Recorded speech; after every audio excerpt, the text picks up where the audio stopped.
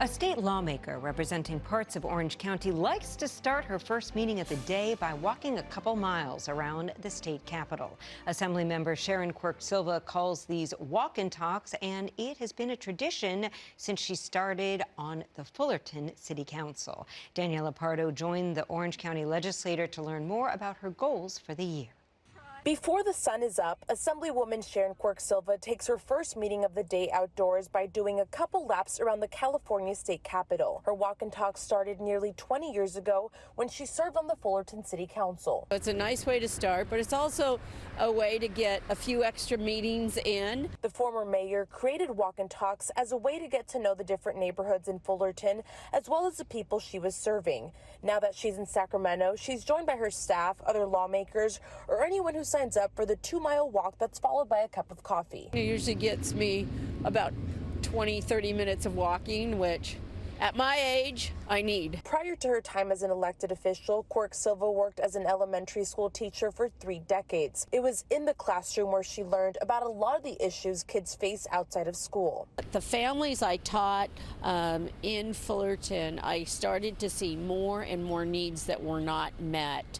Many times it was health care, many times it was dental. I had first graders that had never been to a dentist. Later, she saw how the lack of affordable housing and high cost of living in her district left more and more families facing evictions. That is what's compelled me to run again, which is to make, in essence, our communities more livable, safer, and to give people that chance that many of our families have come here for, is that American dream. Quirk-Silva, who grew up with 9 siblings, lost her brother Billy in 2018. She says he battled with alcoholism and addiction, but that he was funny, charming, and hardworking. We find issues that we're passionate about, and a lot of times when we're passionate, it comes from personal experience. That personal experience, along with the thousands of people who've died on the streets like her brother, is a reason Quirk-Silva says tackling the homelessness crisis is her top priority. In Orange County, my district,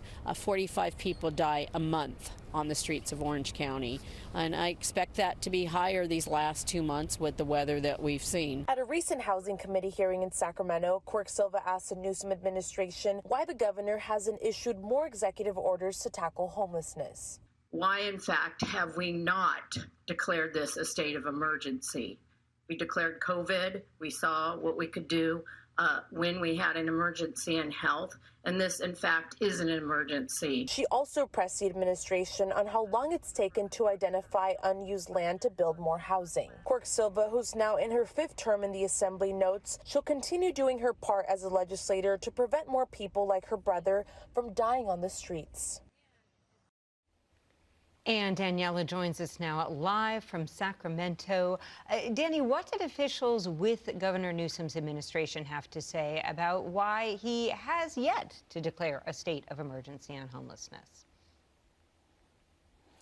Alex, they didn't really provide a clear answer, which visibly frustrated Assemblywoman Sharon Quirk-Silva, who even mentioned Mayor Karen Bass declaring a state of emergency in LA, which allows the city to cut through a lot of the red tape that she says exists when it comes to building affordable housing, and it helps streamline that process. She also mentioned if we did it with COVID and we go into this all-hands-on-deck approach when we have an emergency such as an earthquake or a fire, why can't we do it with homelessness when all these people are dying on the streets? And obviously this is something that hits close to home because of what happened in her family, but also just the homeless population throughout the state. And the Newsom administration, they said that, well, they are moving with that same sense of urgency when it comes to the implementation of a lot of these housing programs. And they gave the example of Home Key and Room Key, which was a effort that was created from the pandemic, and it led to the creation of about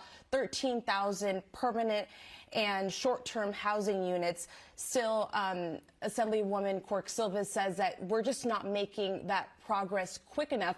And I asked for her thoughts on CareCorps, and she says it's a good first step, but what about transitional housing? Where are these people where are they going to go? We just don't have enough of these spots, so she's really making that push for more housing. Yeah, and just a few moments left, but this battle we've talked about on the show between the governor's administration and local jurisdictions on housing, what does she have to say about that?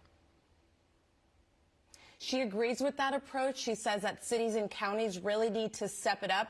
A lot of them aren't complying with state laws when it comes to creating housing plans. So she says, including, she even called out some of the cities in her district which aren't doing their part right now. Danny, thank you so much. Thanks, Alex.